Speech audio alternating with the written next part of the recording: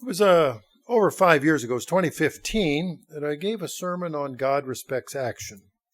And I gave 7 examples of times in the Bible where people took action and God blessed them for that. And I'm just going to very briefly go through the 7 examples because we're going to launch off from that. And in 2 Chronicles 20, there was King Jehoshaphat of Judah, and he asked God first what to do. And God said, what to do? Go against them, position yourselves. And Jehoshaphat did, and they watched as the enemy forces destroyed each other. It was so destructive of what the enemies did that it took 3 days to remove the spoil from the battlefield. But he took action. He did what God said. He went forward. He didn't sit on his hands, didn't wait. Another example is the example of Joshua. And if we have this report, there were a dozen spies in Numbers 13 and 14. I'm not going to turn there, but it summarizes the story that a dozen spies from Israel investigated the promised land of Canaan. And the report back, 10 of them saw the obstacles and not the opportunities, whereas Joshua and Caleb saw the hope and the opportunity that was before them. Example 3 was the instructions to Joshua to go ahead and conquer Canaan in Joshua 1, particularly the first 8 verses of specifically what to do and how to do it, how to be strong and go forth, take action. Example 4 was about David and Goliath in 1 Samuel 17. And David thought that Goliath couldn't be any more dangerous than a bear or a lion, and he was willing to step forward in faith, and God respected that action. Example 5 was Zacchaeus, who had made a special effort to see Christ, tax collector in Luke 19, and Christ said, and he was, said, that let's dine together. This was an amazing thought that Christ would dine with a tax collector. 6th example in Mark 2 is a paralyzed man let down through the roof. How much faith did he have? Well, he didn't sit at home. His friends took him, opened up the roof, and let him down into the house where Christ was speaking, into the building. He took action. The 7th example that I gave then was the leper who gave thanks. There were 10 lepers in Luke 17, and they were all healed, and yet only one came back to give thanks. He followed up on his responsibilities and gave thanks. Well, today I'm going to entitle this message, Why Do You Cry to Me? Why do you cry to me? So this is really a follow-up for the God Respects Action sermon. And, we've seen the 7 examples where God respected the actions of others. Recently, we had an opportunity to see the movie Patterns of Evidence regarding the exodus of the children of Israel from Egypt, where they left Egypt and all the circumstances around that. Very interesting movie. And so let's turn to Exodus 14. After all, we are looking at the day of Passover, and this evening is the night to be much remembered. So let's review this story a little bit in Exodus 14, starting in verse 1. And the Lord spoke to Moses, saying, Speak to the children of Israel that they turn and camp and in a certain place and between there and the sea, opposite Baal-zephon, and you shall camp before it by the sea. For Pharaoh will say of the children of Israel, they're bewildered by the land. The wilderness has closed them in. In other words, they're going into a dead end. Then I will harden Pharaoh's heart so that he will pursue them.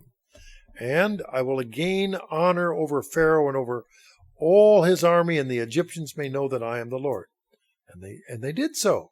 Verse 5, it was told to the king of Egypt that the people had fled. The heart of Pharaoh and his servants were turned against the people, and they said, Why have we done this? Why have we let Israel go from serving us? Now we know that there were upwards of 2 million people that left Egypt. Now, to give you an example of how many people there are in this part of the state, there's about a 250,000 people in these 2 counties. So you would have to have 4 times the number of people from this greater metro area to approximate that. or about the size of Minneapolis, St. Paul, Minnesota metro area, 2 million people. And so all of those were the servants of the Egyptians. And so they were frustrated. What has happened here? Verse 9, so the Egyptians pursued them, all the horses and chariots of Pharaoh and his horsemen and his army overtook them camping by the sea. And what did the people do?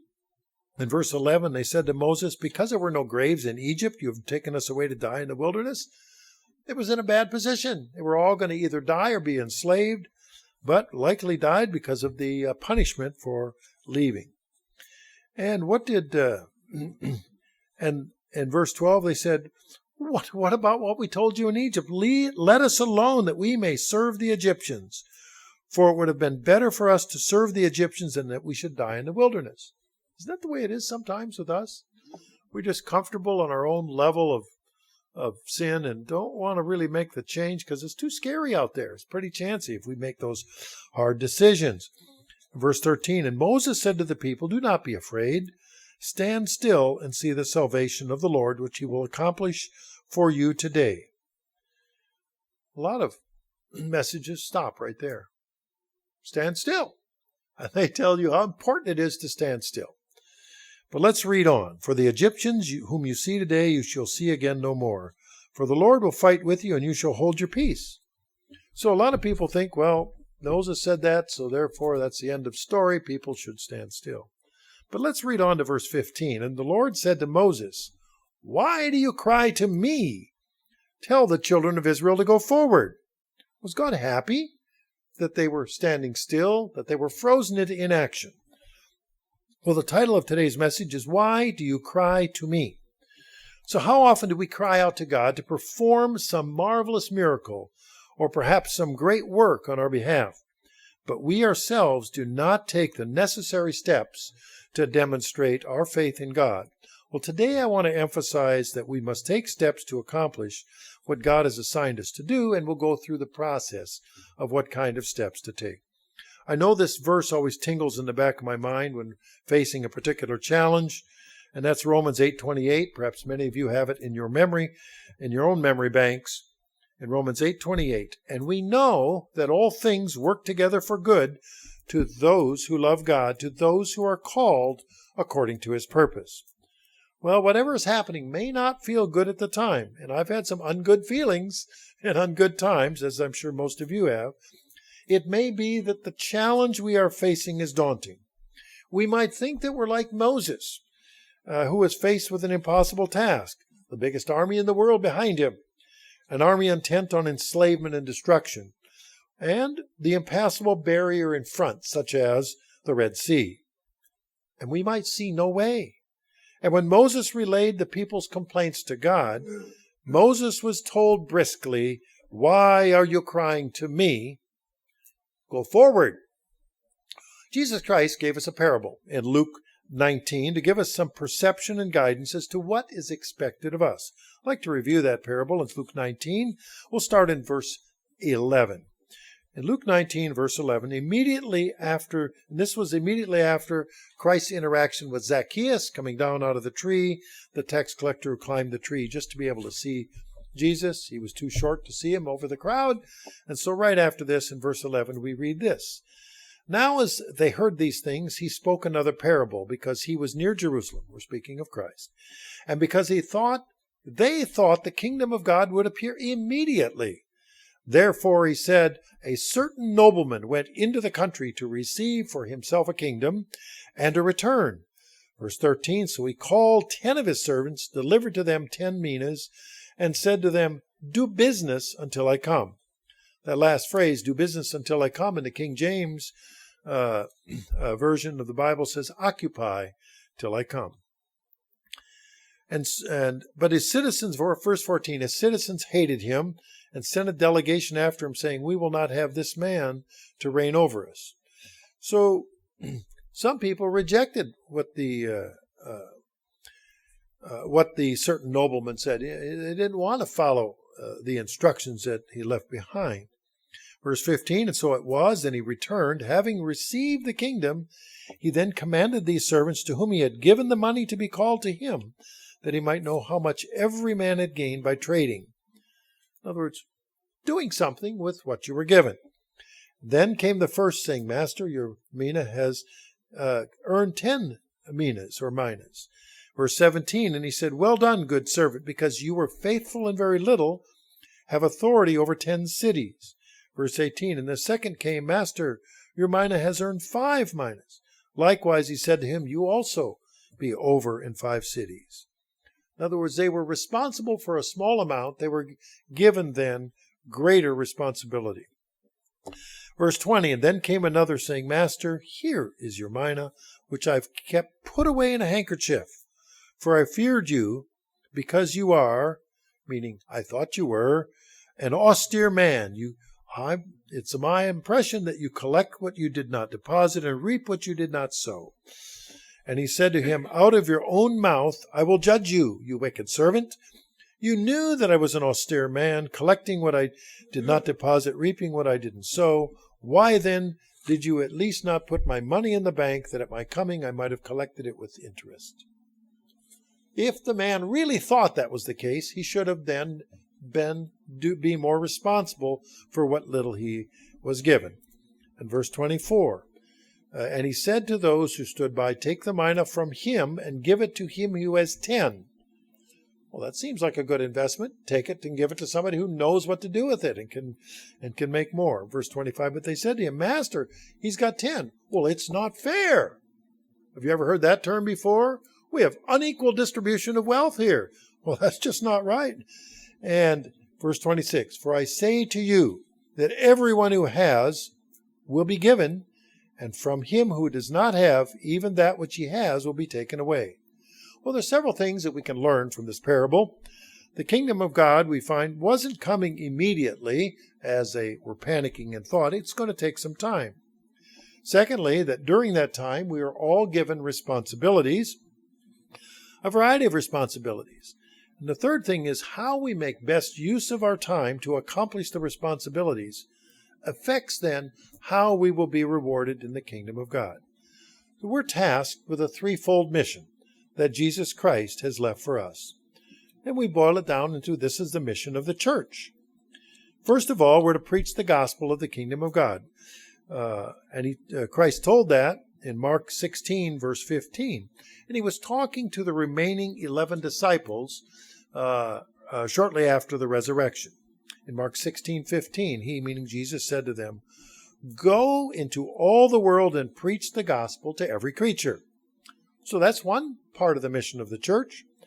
The second mission is make disciples. We read that in Matthew 28, in verse 18 and 19. Matthew 28, verse 18 and 19. Then Jesus came and spoke to them, saying, All authority has been given to me in heaven and on earth. Go therefore and make disciples of all nations, baptizing them in the name of the Father and of the Son and of the Holy Spirit. So it's to make those disciples. So that's a mission for the church. And number 3, care for those disciples. We read that in John 13, verses 34 and 35. A new commandment, Christ said, a new commandment I give to you, that you love one another as I have loved you, that you also love one another. Verse 35, by this all will know that you are my disciples if you have love one for another. Something we went over last night in Passover. Well, some say that these 3 functions or jobs are functions of the greater church, and they may not apply to themselves individually. But when we read the parable of the minas in Luke 19 about our individual responsibility, those responsibilities are individual, and the rewards are also individual. Well, at this point, I must say that I'm incredibly pleased at how everyone in this congregation pitches in as individuals to fill the needs and do their part without being micromanaged or directed. I remember reading this many years ago in Proverbs 6:6, and I'm going to skip over a couple words and then I'm going to come back to them. Go to the ant, consider her ways, and become wise. What does the ant do? Well, the ants build ant hills, they go get food, they feed the queen, they build a complex colony. And perhaps maybe you did that when you were younger, or had an ant colony in a glass case like we did, as I recall, in elementary school, and you could watch what the ants did. The ants were always busy doing something. Well, let's read the actual verse in Proverbs 6:6. Go to the ant, you sluggard. Consider her ways and be wise. So the message is learn from the ant. Don't sit still. Don't sit on your hands. Don't stand still. Don't say, there's nothing that I can do. So when I read of Proverbs 6:6, I think of the parable of the minas in Luke 19. Some people wait for things to happen rather than be involved in making things happen. Now, for the last 25 years, I've worked with a lot of guys that have bemoaned to me they can't find a mate. Yet they're not putting their lives in order that a mate would be attracted to them. Also, they aren't actually going out to seek a wife. They're too tired or too impoverished or too socially insecure. They think that God is supposed to then just deliver a bride to their doorstep just because they ask God for a bride. I explained that the honeybee has to find the flower to collect the pollen. The flower doesn't go around seeking out the bee. Well, many single guys do not seek to learn everything they can about successful relationships. Many of these single guys who do seek such understanding about positive and successful relationships discover that they can actually learn from those efforts. And those who diligently learn about relationships tend to take action, and then they don't remain single for very long. Then, similarly, I know of gals who sigh and agonize because they don't have a mate. And yet, they don't realize they have to put their lives in order so that when Mr. Right does come along, they will be prepared. Or they don't make themselves available to be found by a guy who is likewise seeking a mate. Just as in the honeybee and the flower scenario, we recognize that the colorful and scented flower will attract the honeybee. Some gals decide that they've been waiting long enough for Mr. Perfect Right, so instead they settle for Mr. Right Now. And then there's some guys that decide they've been waiting long enough to find the perfect Miss Right, so they settle for the next gal who comes along whose name happens to be Miss Right, and it's only later that they come to realize that her first name is Always. Now, there's an old saying that if something is worth doing, it's worth doing well. Well, I have to apply this principle to myself, and accordingly I have to be careful not to make an excuse about things I haven't done. And why haven't I done everything that I should do? Well, sometimes there is a fear that causes us to go forward. Remember what God told Moses? What are you crying to me for? Go forward. Well, sometimes the path forward is scary. The Egyptian army behind them and the Red Sea before them put the Hebrew people in a seemingly impossible position. So they did what we do. They freeze in place. They froze right in place. They froze into inaction. In Proverbs 22, verse 13, Proverbs 22, verse 13, talks about the person who's frozen into inaction. The lazy man says, there's a lion outside. I shall be slain in the streets. Well, there's something to be worried about. And after all, a lion is pretty serious, right? Let's turn to Proverbs 26:13 in a similar verse. The lazy man says, there's a lion in the road. A fierce lion is in the streets. That's a rational fear. We all have rational fears, right? Well, let's ponder that thought for a moment. How many of us would really leave our homes and go into a street if there were a fierce lion roaming about? After all, lions are not vegetarians. As a boy, I read The Jungle Book by Rudyard Kipling. And in the book, there was a Bengal tiger called Shere Khan. Everyone was afraid to be attacked and then eaten by the tiger. About 15 years ago, I discovered a neighbor was raising tigers about a mile from my house. The tigers were in large cages. And I had visions of the cages becoming unhinged and the tigers running loose. He was breeding tigers for zoos, selling off the little tigers. Well, I comforted myself a little bit with the thought, well, there is a river between our homes. However, there's also a highway bridge over the river. And in any event, I know that tigers can swim. And then I do have some sheep, and maybe those sheep would be tender delicacies for the tiger, and they may entice the tigers. They might be full before they get to me. And then I thought how easily an 800-pound tiger could enter my house through any window it chose. And then I kind of twitched about that vulnerability for a while. And I went out and I purchased a deer rifle. And I thought, well, perhaps that'll slow it down if a tiger does come. And although the tiger cage was strong with 4-inch diameter tubular steel, for the next month or so, I couldn't help. I looked out the window in the pasture to see if the sheep were still there. And then still, when I went out of the house, I glanced up on the roof when I stepped out, just to see if there was a tiger crouching up there, just waiting for me to be the tender morsel. Eventually, I came to realize that the fear was largely in my own mind, and I could let that fear rule my life. But my curiosity remained. So a couple of years ago, I drove up to the neighbor's house after many years of wondering, and I discovered that the tiger owner had moved years ago. The tigers were long gone, and my years of needless concern were just that, needless. Let's take a look at Colossians in chapter 3 and verse 22. Colossians 3, verses 22 through 24. Bondservants, obey in all things your masters according to the flesh, not with eye service as men pleasers, but in sincerity of heart, fearing God. We've talked recently about bondservants and our commitment level to God, making sure, just as the Apostle Paul, that we are in fact bondservants of Jesus Christ and God the Father. Verse 23, and whatever you do, do it heartily as to the Lord and not to men.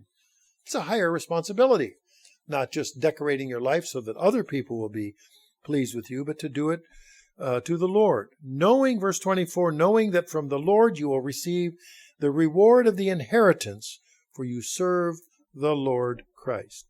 Well, this is Paul is writing and saying that when you do what you should, not for other men's sake to be seen by them, as it were, as with eye service or men pleasers. I found those an interesting choice of words. But he mentions that there'll be an inheritance. So the two parts of this verse I want to address is doing things heartily. But first I want to address the reward of the inheritance. As a young man, I had very little money. Precious little. We weren't well-to-do. Our family was taught to be very careful with our purchases. So when I went to the county fair as a young teen, I didn't like throwing my money away on frivolous chance games. And then I came across the sign that said, a big sign on a booth that said, win a bear every time. And all I had to do is throw a baseball, and about 10 or 12 feet, hey, I play ball, I can do that, and to knock over 3 bottles. They look like milk bottles. So, and after all, I would win the bear. I had 3 chances. So I gave the huckster $1, and I threw the baseballs. And when I discovered that the bottles were actually made of a heavy clay, and it was nearly impossible to knock the 3 bottles off of the little small stool. But I did, in fact, win a free bear for trying. It turns out that the free bear was one of those small little plastic bears, about the size that you get honey in. Little plastic, probably cost 3.5 cents to produce it on the plastic injection mold machine. And I had visions of a different reward, like the big fluffy teddy bear, but it wouldn't be my prize that day. Well, when we're serving God as He has designed, we don't earn salvation. That salvation comes by the grace of God, only through the sacrifice of Christ. But our inheritance is greatly affected by how we perform in this life, and we remember the lesson of the minas in Luke 19. And I'm drawn to Ecclesiastes 9 and verse 10.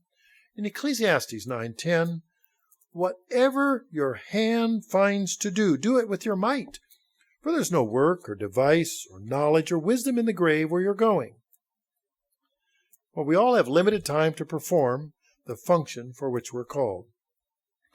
I have on my wall a small poster. At home, a list that prompts me to get things done. I want to go over that list. I want to share that with you today, because how often do we hear how important it is that we should get certain things done, but we don't always hear how. So I want to give you some answers as to how things can get done. And first thing I have on my little performance list is, number one, list the things that must be done. Make a list. That doesn't sound too complicated. So I started creating a list, and I thought, well, I got to get projects done around the house, so I created what it turned out to be pages of projects that needed to be done. And the list seemed overwhelming. Then I had to recognize what must be done. Similarly, Jesus Christ has given us a list of things to be done, the threefold mission of the church. And when we feel overwhelmed by all of the things that we must do, we have to recall what God said to Moses in Exodus 14:15. Why are you crying to me? Go forward. So the first step is to make a list of things to do. Second step is to prioritize that list. Well, I marked the most important things that must be accomplished on my household list, and some items took more money than I have in my pocket right now, so I have to delay the implementation till later. Other items are such that I can get a lot more bang for the buck by doing some things sooner rather than later. Well, the church's corporate office must prioritize in a similar fashion its list. This is particularly true with the church's annual operation plan and the annual budget that will be voted on by the General Conference of Elders in May. I and the other voting elders must go through this same process, list and prioritize, and then decide whether or not to approve the proposed operation plan and the proposed budget. The church cannot simply sit on its hands or stand still and see the salvation of the Lord. The church can't simply say that there just aren't enough funds to do everything we want to do. Instead, just as individuals must do, the church must prioritize that list. So whether it's us individually or whether as a corporate church we might feel overwhelmed by all the things that we must do, let's recall what God said to Moses in Exodus 14:15. What are you crying to me for? Go forward. So step 2 is to set our priorities. Number 3 is initiate or start the highest priority. Nothing gets done unless it gets started. About 20 years ago, my dad shared a bit of advice about getting things done. He said that in his case, he found that just getting started was about 90% of getting the job done. He was a stick-to-it kind of guy, so that worked for him, and he was right. If we want to accomplish a task, we must get started on that task. It won't happen all by itself. Moses and the children of Israel were trapped, with the Egyptian army close behind them, the open sea in front of them. They had just departed Egypt in a great hurry, and then they were trapped with doom on every side. How did God chide Moses when Moses told the children to stand still and see the salvation of the Lord? God sharply told Moses, as recorded in Exodus 14:15, "What are you crying to me for? Go forward." They must get started on what seemed to be an impossible journey. So step 3 is to get started. Number 4, follow through to completion. Follow through to completion. Now, I don't think I'm alone in starting many things. But not everything gets done or gets done as well as I'd like it, or perhaps not on the schedule I'd like it. But I'm reminded of the Aesop's fable of about 2000 BC about the tortoise and the hare having a race. The rabbit, or the hare, was clearly a faster runner and could easily win the race against the tortoise or the turtle. But the hare, knowing this, lollygagged along the way, secure in the knowledge he could easily sprint to the finish line at any time, so the hare took a nap. The tortoise, on the other hand, kept his eye on the finish line, and he kept at it, kept going until he accomplished his mission and secured the win. He accomplished, or he finished the task. He didn't just start, he finished the task. Now, it was, I don't know if Mr. Jackson remembers this. It was 35 or 40 years ago in Spokesman's Club in Eugene, Oregon. We had a club member who was explaining that when he was in the Army, there was a fellow parachutist who had jumped out of the plane, and they were jumping one after the other, and his parachute opened fine, but the next guy, he could see his parachute got tangled up, and he could see the guy, he was shooting to the ground on his back, and he knew disaster was going to happen soon because the lines got tangled and it was like a kite or a streamer that was coming down from the sky and the guy was shooting to the earth, but he stayed on his back and he was trying to untangle the lines so that he could land. Hopefully it would catch some wind and land the parachute. He didn't get the parachute open. And he landed right on the other side of a small hill from our friend. And our friend packed it in over the hill, went running over to see what remained of his buddy who hit the ground without his parachute opening. It was a remarkable thing because his buddy was still lying on his back on the ground, but he had landed in a dry peat slough. If you know what a peat slough is, it's like a sponge, like a dry sponge. It wasn't wet or mucky. And he had made an impression, falling a couple thousand feet or whatever distance he had jumped from, and he had landed on his back, so the pressure was even. He hadn't broken anything, knocked all the wind out of him, but he was able to get himself up and brush himself off and try to collect his parachute. And it was an astounding story. But the understanding here is that he didn't give up.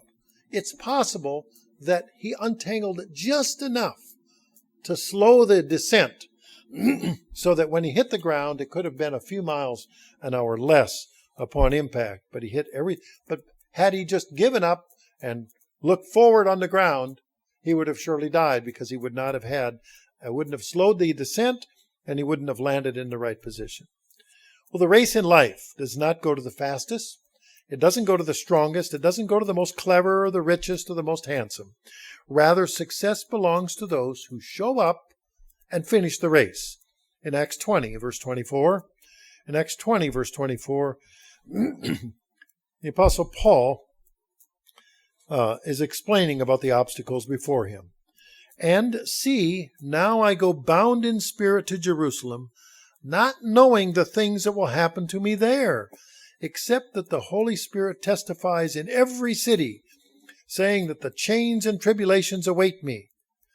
He knew that everywhere he went, he was chains and tribulations. We read about shipwrecks and beatings. He knew that troubles were ahead. Verse 24, but none of these things move me, nor do I count my life dear to myself, so that I may finish the race with joy, and the ministry which I received from the Lord Jesus to testify to the gospel of the grace of God. You see, Apostle Paul knew the obstacles before him, but he was ever conscious of finishing the race before him. And it doesn't seem that the Apostle Paul was standing still or sitting on his hands awaiting salvation. Instead, he was a doer. He was getting things done. His fellow apostle James said it well in James 1:25. In James 1:25. But he who looks into the perfect law of liberty and continues in it is not a forgetful hearer, but a doer of the work, this one will be blessed in what he does. I know over the years in the church, I've heard a sermonette or a sermon, and right after church somebody says what they speak about. Well, I know I heard it all. I know I was sitting there the whole time. I even took notes, and I can't exactly tell you. And I thought, I'm a forgetful hearer. How can I put into practice and be if I'm a forgetful hearer? Because after all, it says we're blessed then in what we do if we're a doer. The fifth point, so number 4 then, is to finish what we start. Number 5 is to reflect on what we could have done better. There's a moment of reflection. Sometimes we learn from our mistakes, and other times we just keep making the same ones. And making the same ones is a hard way to live life. You know that fifth item on the little poster I have in my room, in my office, it seems like an extra, kind of a throwaway, but we shouldn't be afraid to give ourselves credit for what we have done and done right, but then we should always ask ourselves, what could we have done better? In 2 Peter 3:18, this becomes an understanding, it's a requirement. In 2 Peter 3:18, but grow in the grace and knowledge of our Lord and Savior Jesus Christ. To him be the glory both now and forever. Amen. We're instructed to keep growing. How can you grow? How can you improve from where you're at unless you have some reflection and be able to measure where you've been to where you are and where you are going? The Apostle Paul reflected on his life in 2 Timothy 4 and verse 7. In 2 Timothy 4:7, what did Paul say after he had gone through all of the sufferings and the shipwrecks and the beatings and the imprisonment, being chased out of city after city, and yet set up churches all through Asia and the Macedonian Peninsula? In 2 Timothy 4:7, I have fought the good fight. I have finished the race. I have kept the faith. He was giving himself credit for what he was able to do, actually what God was able to do through him. And he knew that it was important, and he knew that that was a significant accomplishment. So what are the 5 points? Then, first of all, to list what we need to do. Doesn't matter whether it's regard to church or our personal life, or whether it's the church listing what we need to do, whether it's locally or nationally. Secondly, prioritize. What's the most important? Got to do the most important things. Some things keep us busy, and those are the busy things. And sometimes we get distracted by what's busier rather than what's most important. I have challenges with that because I'm kind of busy, but am I doing the most important thing? And I have to ask myself that to continually reprioritize. Third is to initiate. We must get started. Check our list, whether it's a church list, a personal list, and we can have lists in different areas.